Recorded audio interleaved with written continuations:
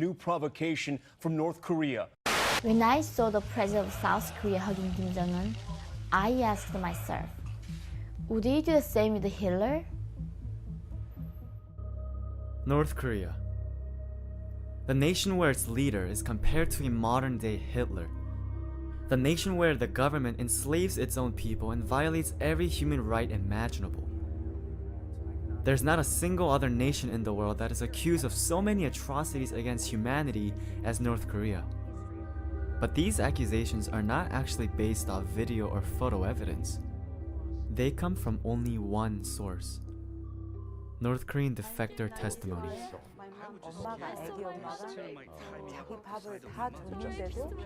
These testimonies are heard all around the globe and tell the world how terrible it is to live in North Korea.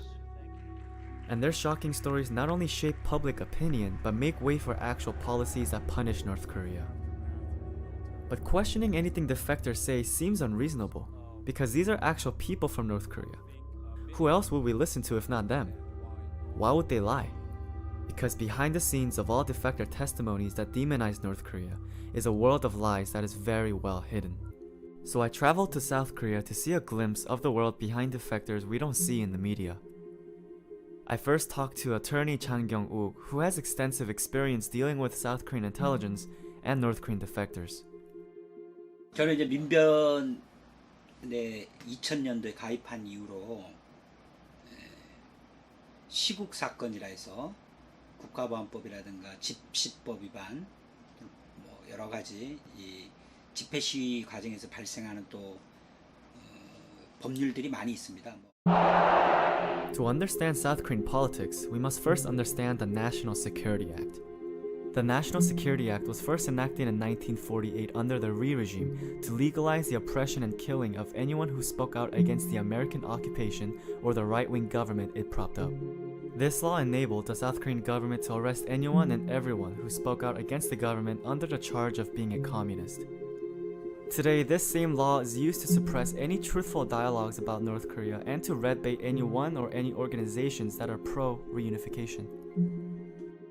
2013년도에 서울시 공무원이었던 탈북자 그 유우성 씨 사건을 하면서 유우성 씨를 간첩이라 한 사람이 바로 유우성의 여동생, 그 당시에 한국으로 오빠가 오히려 한국에서 같이 살기 위해서 이렇게 들어오라 해서 합동신문센터에 있는 국정원 직원에게 잘 부탁한다고까지 했던 여동생을 오히려 고문에 의해서 허위 자백을 받아서 오빠하고 같이 간첩 임무를 받았다, 이렇게 허위 자백을 한 사건에서 조사받으면서 그 선생님들이 도와준다고, 오빠 같이 살게 하고 도와준다고, 살게 해준다니까 난 그거 믿고, 오빠 이따 잘 된다 하니까, 오빠 이따 잘 되고 한국에서 같이 살 수 있고 오빠 도와주는 길이라니까, 지금 힘들어도 이따 다 오빠 도와주는 길이라 하니까 그걸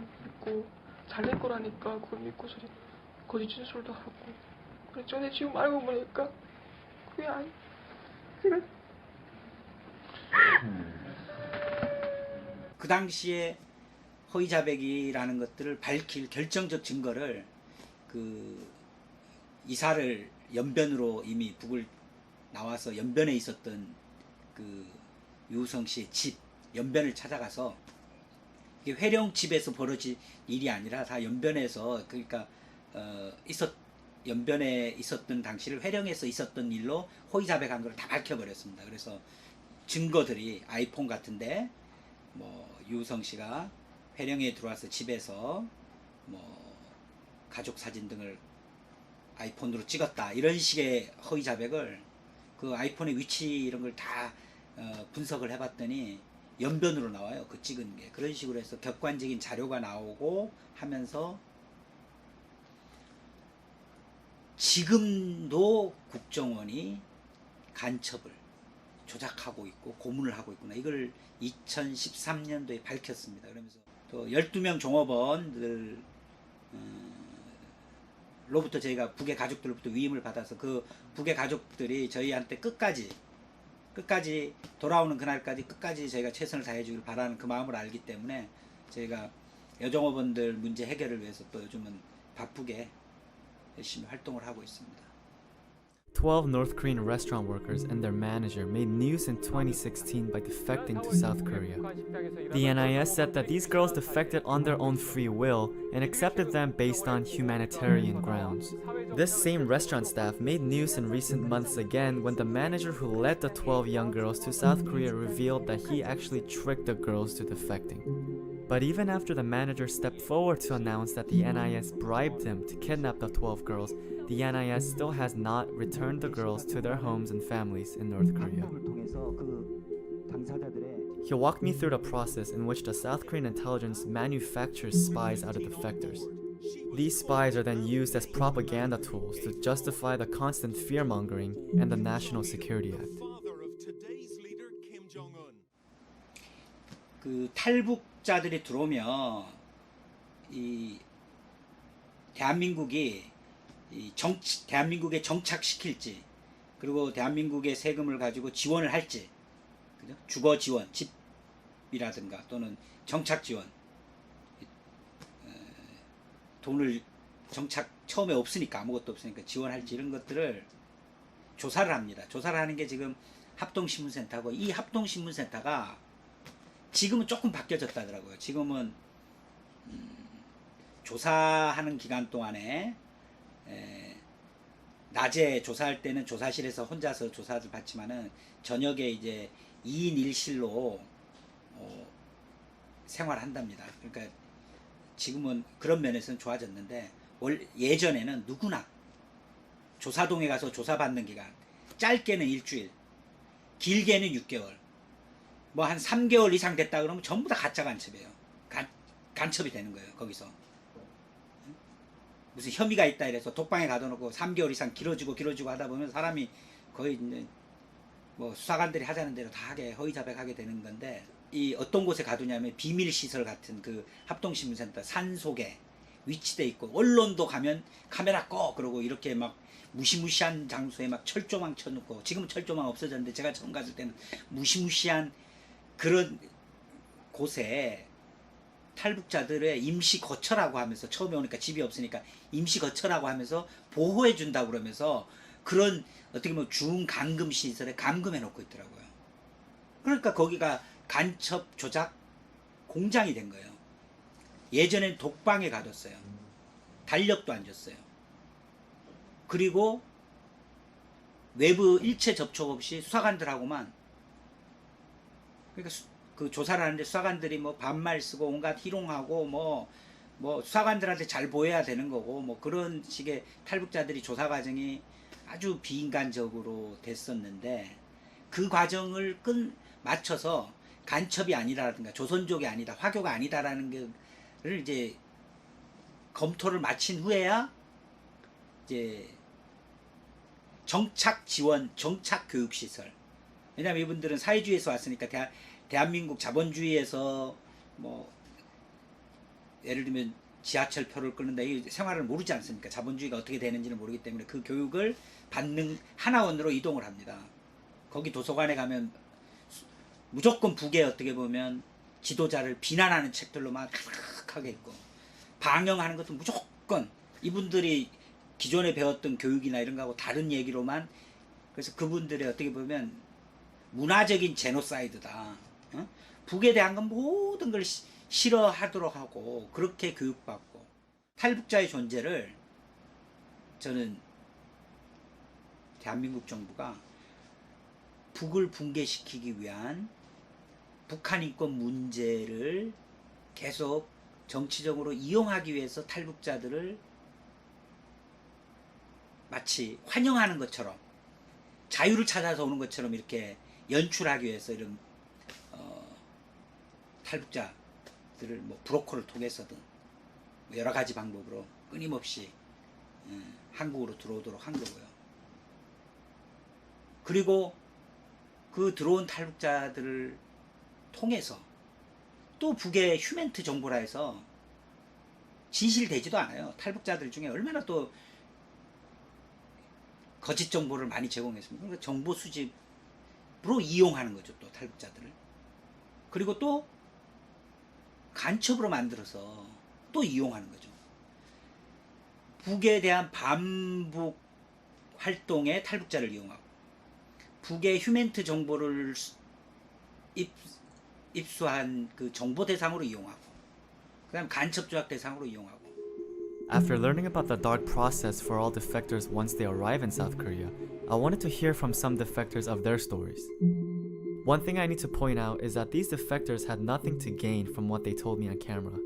They simply took time out of their busy schedules to tell the truth about their home country. Mr. Choi and Mrs. Kim Ryun-hee have very different stories. They came to the South in different times, and they came for different reasons. 저는 평양 사람이고요.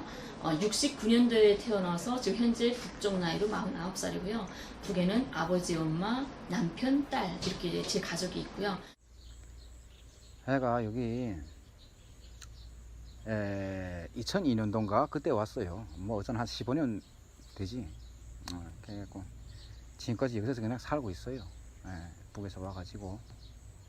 2011년도에 해외 여행을 나옵니다.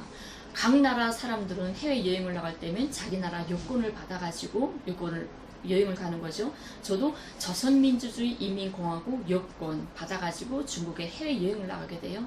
중국에 저희 사촌 언니, 조선족으로 살고 있는 언니가 있어요. 그래서 해외 여행할 겸 언니네 집에 친척 방문도 할 겸 그래서 갔다가 전문 인신매매를 하는 브로커들이 있습니다. 이 사람한테 속아서 북의 여권을 빼앗기고 번이 아니게 남쪽으로 끌려오게 돼요. 2002년도에 왔고, 내가 온 계기는 그냥 그래요. 그냥 그쪽에서 생활을 잘 못했으니까. 그래 가니까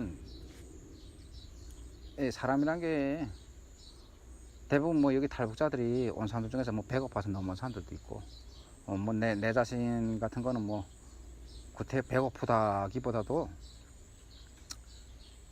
물론 그때는 다 어려웠으니까 다 그런데 근데 뭐 내가 그래서 생활을 잘 못하고 이러다 나니까 뭐 그쪽 주변에서 듣는 소리도 있고 해서 한번 중국이나 가보자, 돈이나 좀 벌어보자고 소리. 그리고 중국 쪽으로 넘어갔지. 넘어갔다 보니까 그쪽에서 브로커들한테서 들으니까 뭐 여기서 한 2, 3년 벌면 큰 돈 벌 수 있다 해서 뭐 그러고 뭐 여권 만들어갖고 넘어온다 했지. 그래가지고 넘어온 거예요. 그러니까 지금까지 이렇게 있네. 그렇게 됐어요. 남쪽에 오자마자 저는 국정원 덕방에 갇히게 됩니다. 그래서 그 국정원 사람들한테 나는 이 브로커한테 속아서 잘못한 사람이다. 난 내 고향에 가야 된다. 남쪽에서 살 이유가 없다 하고 계속 하소연하죠. 그러다가 덕방에 있으면서 한 달 동안을 제가 단식 투쟁을 합니다. 밥을 안 먹고 막 난 빨리 보내달라 하지만 끝내 이 사람들은 저를 보내주지 않아요. 보내주지 않고 한 3개월 정도 가다 놨다가 대한민국 국민으로 살겠다는 서약서 한 장만 써라. 너 이거 안 쓰면 죽을 때까지 여기서 나갈 수가 없다. 설사 내가 국정원에서 죽는다고 해도 그걸 알 수 있는 사람은 세상에 단 한 명도 없을 것이다. 이렇게 강박을 하고 협박을 하죠. 그때만 해도 국정원 덕방에 갇혀 있을 때만 해도 저는 뭐 분단, 저국, 뭐 이런 민족 이런 게 별로 저한테 큰 의미가 없었어요. 별로 관심이 없었고요. 그때는 살아서 이 국정원에서 나갈 수만 있으면, 살아서 내 가족한테 다시 돌아갈 수만 있었으면 이게 제일 유일한 최고의 소원이었어요. 내 딸을 다시 살아서 안을 수만 있다면. 이렇기 때문에 석 달 만에 어쩔 수 없이 이 국정원이 강박하는 대로 대한민국 국민으로 살겠다는 서약서를 쓰게 됩니다. 내 같은 상황이 좀 다르게 됐어요. 내 같은 거는 와서 사회생활 하면서 바로 찍혀버렸다고. 왜 찍혀버리는가? 그땐 주변에 그때는 뭐 그때 상황에서는 북이 뭐 당장 내일 모레 망한다 어찐다 뭐 이런 상황들이 막 되고 뭐 주변에 그냥 한마디로 말해서 내 심정 이야기하면 그때 주변에서 이 남쪽 사람들 내 주변에 있는 사람들은 나는 내 그냥 생각으로 내가 솔직하게 이야기하고 난 집단적으로 미쳤다고 생각했어요 그때 이 사람들이. 왜냐하면 북에 대해서 너무도 모르니까. 그러니까 어느 저 교회 무슨 뭐 거기서 무슨 뭐 한다고 해서 나갔어요. 좀 나오라고 해서 나가서 뭐 거기 무슨 뭐라 하니 그거 보고 뭐 이런 학습인지 뭐인지 한다고 뭐 가르쳐 성경 학습인지 한다고. 그러면 참가했는데 뭐 돌아가면 질문하더라고요. 누구를 제일 존경하는가? 난 당당히 김일성 장군을 내가 제일 존경한다겠죠. 왜? 나는 중국에서도 몇 년 있었어요. 나는 내 다른 거는 몰라도 내 이 조선에 내 북에서 살면서 그 나라 지도자들에서 내가 정말 어떤 사람들인지 대한 것은 내가 확실하게 알거든. 중국에 있으면서 나는 중국에서 나오는 책들을 내가 조선 언어로 번역된 거 내가 많이 봤어요. 김일성 장군이라는 분이 어떤 분인가 내가 거기서 확실하게 알고 있었고. 당연히 그렇게 말할 수밖에. 나도 조선민족인데. 그런데 그걸 이놈들이 가서 그 경찰에다 고장한 거지. 그러니까 나는 여기서 그러니까 이게 특별 대상 관리다 이렇게 돼버린 거예요. 내 같은 사람은. 그러니까 여권 신청해도 여권이 안 나와요. 그래서 인터넷에다가 글을 좀 올렸지. 그렇지 않다는 걸로. 니들이 잘못 생각하고 있다. 그리고 김일성 장군은 어떤 사람인지 내가 그래서 북의 말이 너희들이 믿기 싫으면 그거 믿지 마라. 그러면 중국이나 아니면 일본 놈들조차도 김일성 장군에 대해서는 올바로 썼다. 그놈들 간홍기록이라는 게 있어요. 김일성 장군에 대해서 쓴 게. 근데 이거 맞아 와보니까 무슨 가짜 김일성이 뭐요. 일본 놈들 자체도 북의 김일성을 그쵸. 김일성 장군에 대해서 그대로 그렇게 다 썼거든. 대단한. 솔직히 말해서 생각해 보세요. 아니 일본 놈들이 개노릇 하던 애들이 호요하셨는데 그 김일성 장군님이나 항일 투사들은 영하 40도로 오는 데서 10수. 나는 그 중국에 있으면서 내 겨울에 거기 지냈어요. 영하 30도만 돼도 바깥에 나가기가 싫어요. 그런 산 속에서 싸우시던 분들이라. 그런 사람들이 세운 나라고. 그러면 그런 나라 사람들이 거짓말하겠어요. 이 매국노들이 거짓말하겠어. 당연히 매국노들이 거짓말하지. 그러니까 나는 그런 이야기를 쓴 거예요. 그리고 내가 와서 느낀 점을 내가 이야기했지.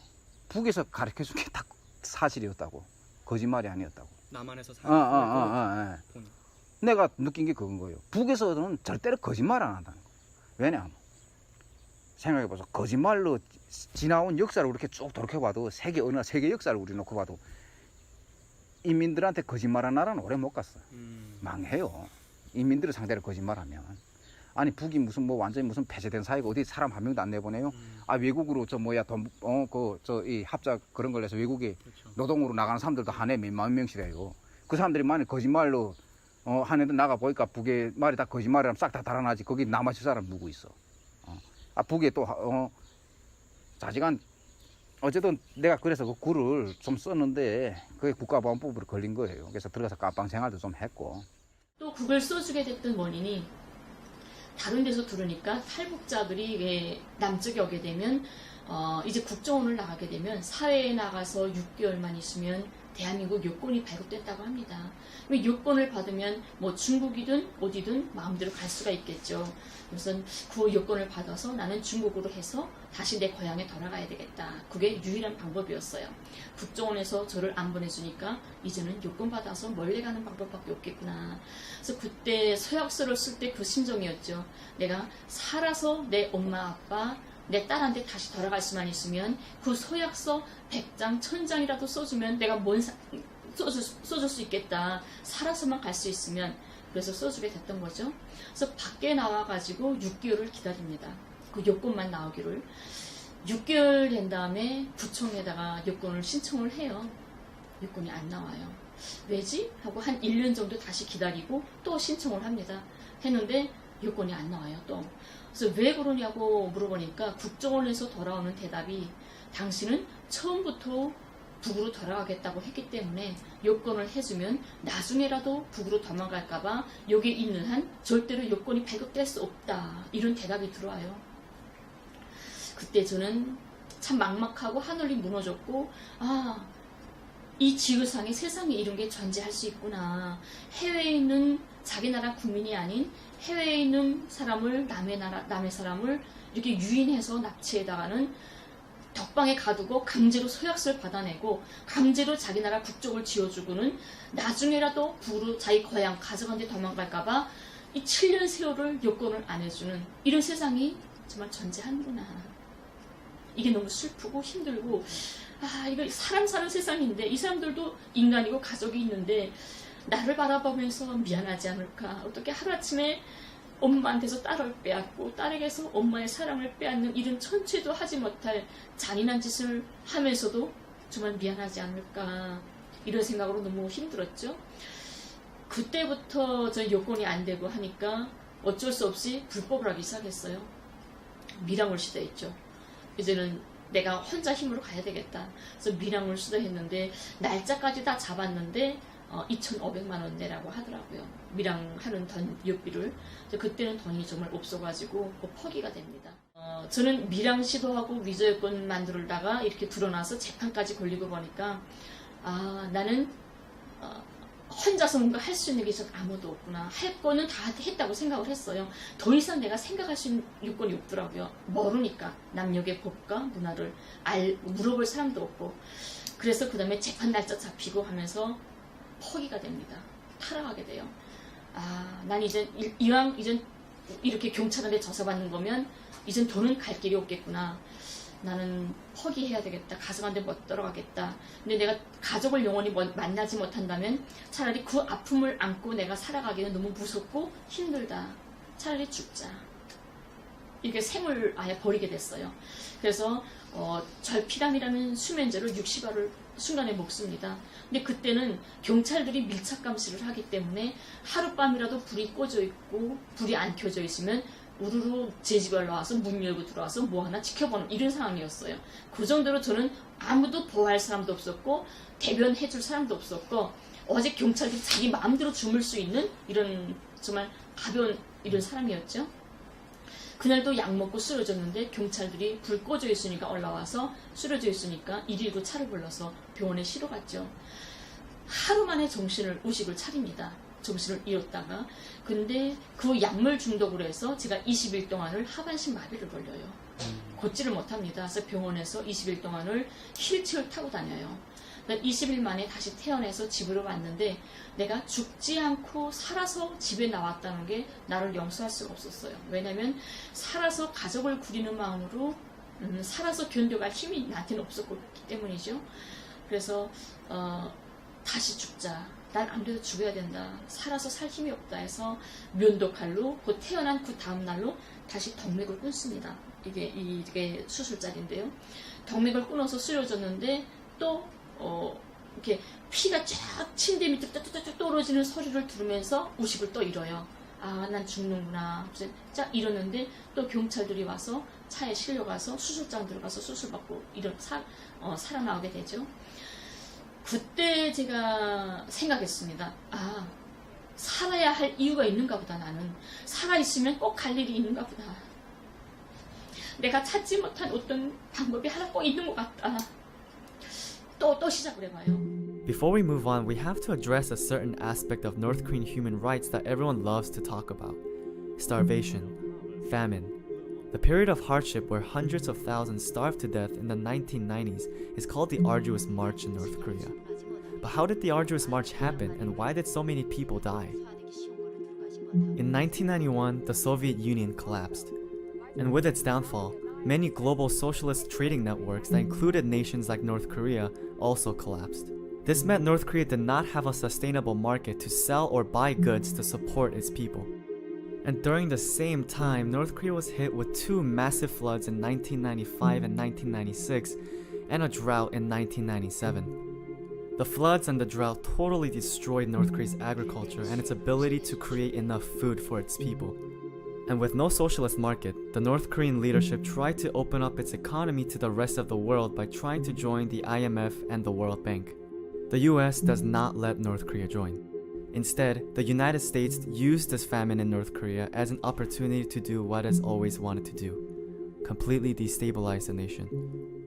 미국 놈들이 얼마나까지 나쁜 짓을 했냐면 북이 권한의 행위설에 진짜 식량이 몽땅 떨어졌지, 농사도 못하지, 막 기름도 안 들어서 몽땅 전기가 멈춰서고 산업 공장의 70%가 몽땅 멈춰섰어요. 생산을 못했어. 국가에서 공장이 돌아가서 뭘 생산해야 이민들한테 나눠줄 거잖아. 이때같이 딱 공급으로 살았잖아요. 우리는 모든 공급으로 살다가 순간에 공급이 딱 끊어버리니까 난리가 난 거지. 굶어 죽을 수밖에 없었어요. 그래서 할 수 없이 이 남쪽 같은 경우에는 국경이 없잖아. 다른 나라에 넘어가는 국경이 없잖아. 북은 중국과 러시아가 있어요. 근데 중국하고는 국경이라는 개념이 없어요. 시내물 하나 건너가는 것처럼 가까워. 근데 더군다나 권한의 행군 때는 수시로 하루에도 12번씩 왔다 갔다 했어요. 국가에서도 어쩔 수 없이 가만히 있었어. 왜냐면 국가에서 해주지 못하잖아. 당장 없으니까. 그래서 중국에 가서 뭘 바꿔서 쌀 바꿔 먹고 뭐 이렇게 장사를 많이 했거든. 근데 미국 놈들이 그 CIA나 국정원이나 이런 자들이 그 단동이나 중국 국경에 와서 무슨 일을 했냐면 북쪽수를 만나가지고 석거리 하나만 잘라와라. 석거리 하나에 쌀 한 마디씩 바꿔서 준다. 전기선 잘라와라. 전기선 몇 킬로에 쌀 5만 짜 바꿔준다. 이렇게 말을 했어요. 근데 미국이 석거리가 왜 필요하겠어요? 우리가 가스가 안 들어오고 전기가 안 들어오고 하니까 그래도 농사는 지어서 이민들 먹여 살려야 되잖아. 그래서 밭을 갈아야 되는데 트랙터가 못 돌아가요. 기름이 없으니까.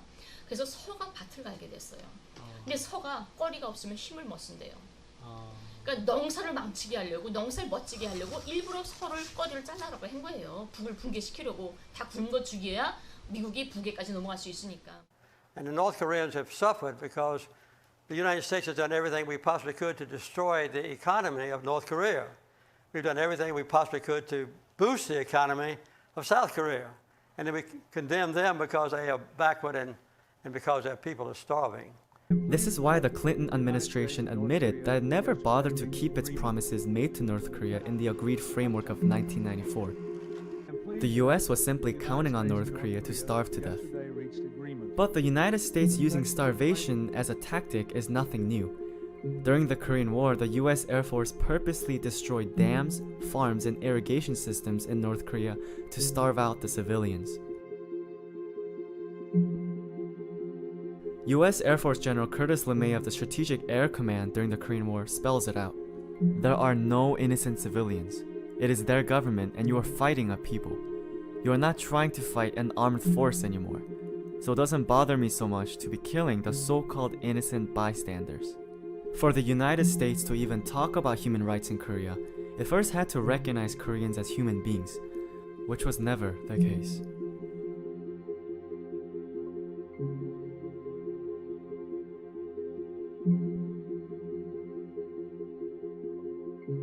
And with that in mind, let's go back to the hottest question, the question of human rights in North Korea. 근데 탈북자들이 그런 주목을 합니다. 진짜 북에서 인권 유린이 있다고. 근데 탈북자를 좀 자세히 들여다볼 필요가 있어요. 우리가 이제 만나러 갑니다라는 채널이 있습니다. 남쪽에. 그건 탈북자들이 전문 나와서 출연하는 거예요. 남쪽 분들도 북에 못 갔다 왔죠. 하지만 저보다 평양에 사는 저보다도 북을 더 잘 압니다. 어떻게? 이 탈북자들이 나와서 말하는 이제 만나러 갑니다. 이 영화를 보다 나면 정말 막 눈물을 줄줄 흘리면서 봐요. 북은 빨리 붕괴돼야 돼. 북쪽 사람들 빨리 해방시켜서 자유를 줘야 돼. 이렇게 말을 하죠. 근데 이제 만나러에 갑니다에 나오는 출연진을 보게 되면 대체로 20대, 30대 어린애들이에요. 제가 95년도에 관할에 행군을 했다고 했죠. 지금으로부터 23년 전에 벌어진 일입니다. 23년 전에 벌어져서 10년 동안이죠. 지금 20대, 30대 애들은 태어나서부터 철들면서부터 쌀밥이 뭔지 고기가 뭔지를 모르고 자란 세대예요. 고난의 행군 때 태어났기 때문에 태어나서부터 옥수수와 풀죽과 시라지 국물을 먹어야 됐고 학교 갈 나이에 학교 못 가고 장사를 다녀야 됐고 산에 올라가서 나무 곰부레기 꾸르다가 집 불 때야 됐던 이런 엄혹한 시절에 태어났던 애들입니다. 그 애들이 끝내 참다 못해서 중국에 나가서 생존을 위해 중국에 나갔다가 숨어 살기 힘드니까 남쪽에 온 애들이에요. 그 20대, 30대가 말하는 이제 만나러 갑니다에 나와서 말하는 탈북자들 굶어 죽고 힘들고 다 맞아요. 저도 굶어봤고 권한행군 때 저희 딸도 굶겼으니까요. 하지만 분단이라는 게 그냥 있는 그대로 양쪽에 있는 사실들만 말해주면 괜찮은데 분단 체제 선전이라는 것 때문에 일부러 왜곡하고 사기가 된 이게 필요한 거겠죠. 분단이 필요한 자들이 일부러 만드는 거겠죠. 이제 만나러 갑니다 같은 게 한 달에 4번을 합니다.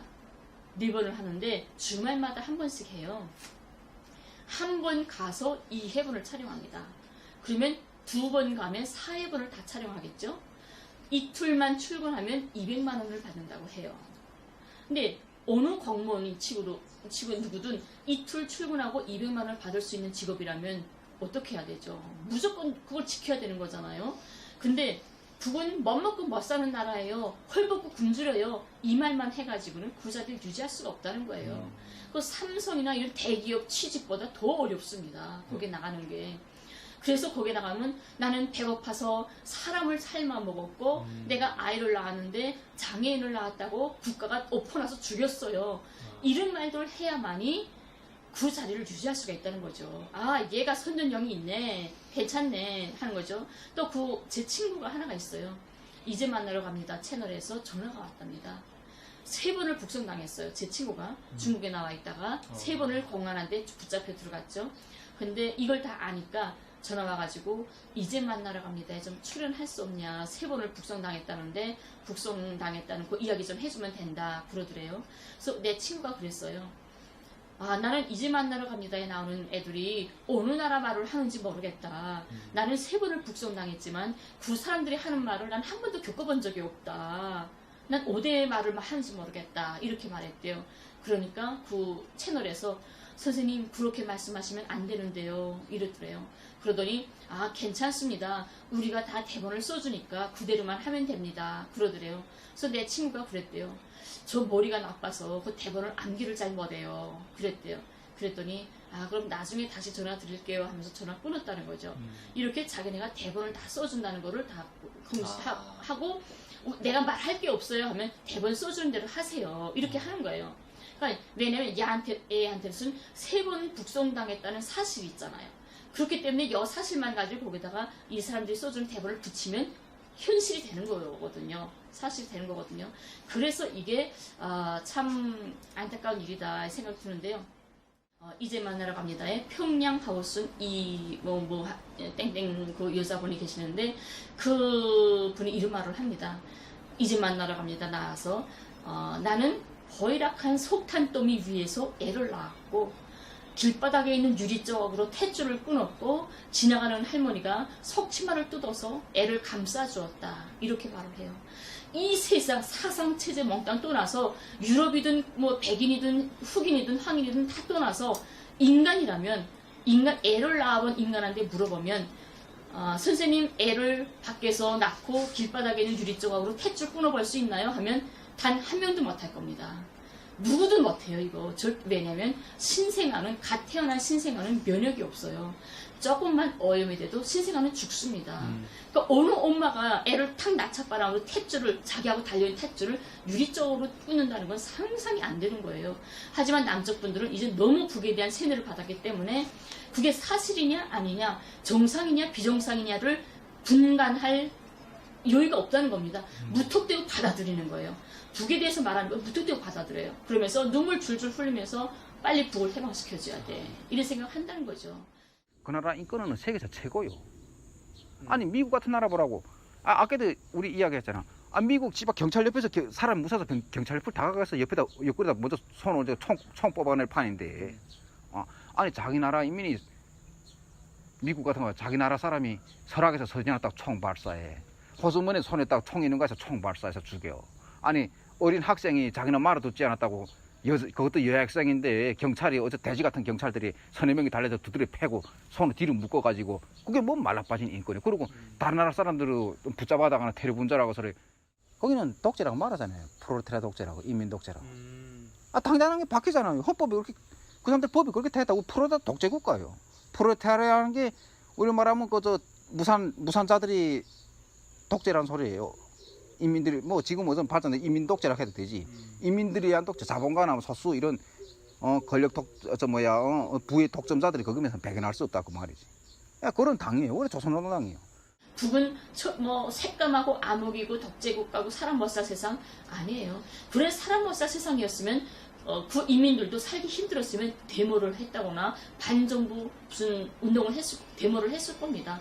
하지만 단 한 번도 그렇게 굶어 죽으면서도 단 한 번도 데모라던가 반정부 운동을 꾸며진 적이 없습니다. 그냥 어디 국정원에 써준 소설을 읽는 애들을 탈북자 애들 걔들은 어차피 걔들은 쓰레기 취급받던 애들이요. 쓰레기 새끼들이 쓰레기통에 와가지고 살고 났다고 자기들이 이런 데서 이렇게 돈벌이 하면서 걔들은 뭐 어디 회사 다니거나 뭐 공장 다니는 일하는 애들 아니요. 그렇게 해서 밥벌이에서 살아가는 애들이라고. The famous defectors that we're used to, the ones that announce to the world of the infringements of human rights in North Korea, probably look something like this. This defector is named Park Yeon-mi. Ever since a video of her crying at a conference went viral, she's been dominating the defector narrative in the media. There are many other defectors like her who get huge international attention. But how are they making themselves so popular? Who's supporting them? Let's use Park Yeon-mi as an example. In South Korea, she is sponsored by a right-wing think tank called the Freedom Factory Corporation. And in the United States, she is funded by the Atlas Network, a massive libertarian organization that creates and supports right-wing think tanks from all across the world. The Atlas Network has been playing an especially active role in the destabilization in Venezuela. The Atlas Network funds think tanks in Venezuela like Se Dice Freedom, which is an anti-government organization with the purpose to change public opinion and to support the opposition protests. An opposition leader in Venezuela named Maria Machado, who's been actively calling for regime change, even thanked the Atlas Network on camera for its support. Thank you to the Atlas Network, to all freedom fighters and Democrats around the world for your support. And in Korea, the Atlas Network has been quietly playing its role by funding organizations that pay defectors to tell harrowing tales of their home country. One of the organizations that the Atlas Network funds is called Teach North Korean Refugees, yet another platform for terrifying defector testimonies. The founder of this organization, Casey Lartigue, is also one of the directors of the Freedom Factory Corporation that was mentioned earlier. This is because Casey Lartigue is a paid partner of the Atlas Network. It isn't a coincidence that this massive yet secretive organization that meddles in Latin American politics also happens to play a major role in defector politics in Korea. It is because defector testimonies can change people's opinions and therefore can be used as a political tool. And what is even more alarming is that this chain of money flowing down to these defectors goes even higher up. Investigative journalist Lee Fang uncovered donations to the Atlas Network from Koch brothers, ExxonMobil, MasterCard, and more. And from the taxpayer's dollar, the US State Department and the National Endowment of Democracy publicly funds the Atlas Network. Currently in South Korea, defectors are paid almost $1 million for their testimonies, with more cash for more dramatic stories. North Korean defector testimonies are not valued by truthfulness, but rather their ability to change the global opinion of North Korea, thereby creating support for anti-North Korean policies. And this is why I made this project, because year after year the people in power spend millions of dollars to make sure we get anything but the truth when it comes to countries like North Korea. I'm hoping that what Mrs. Kim and Mr. Choi said will inspire people to ask questions for themselves.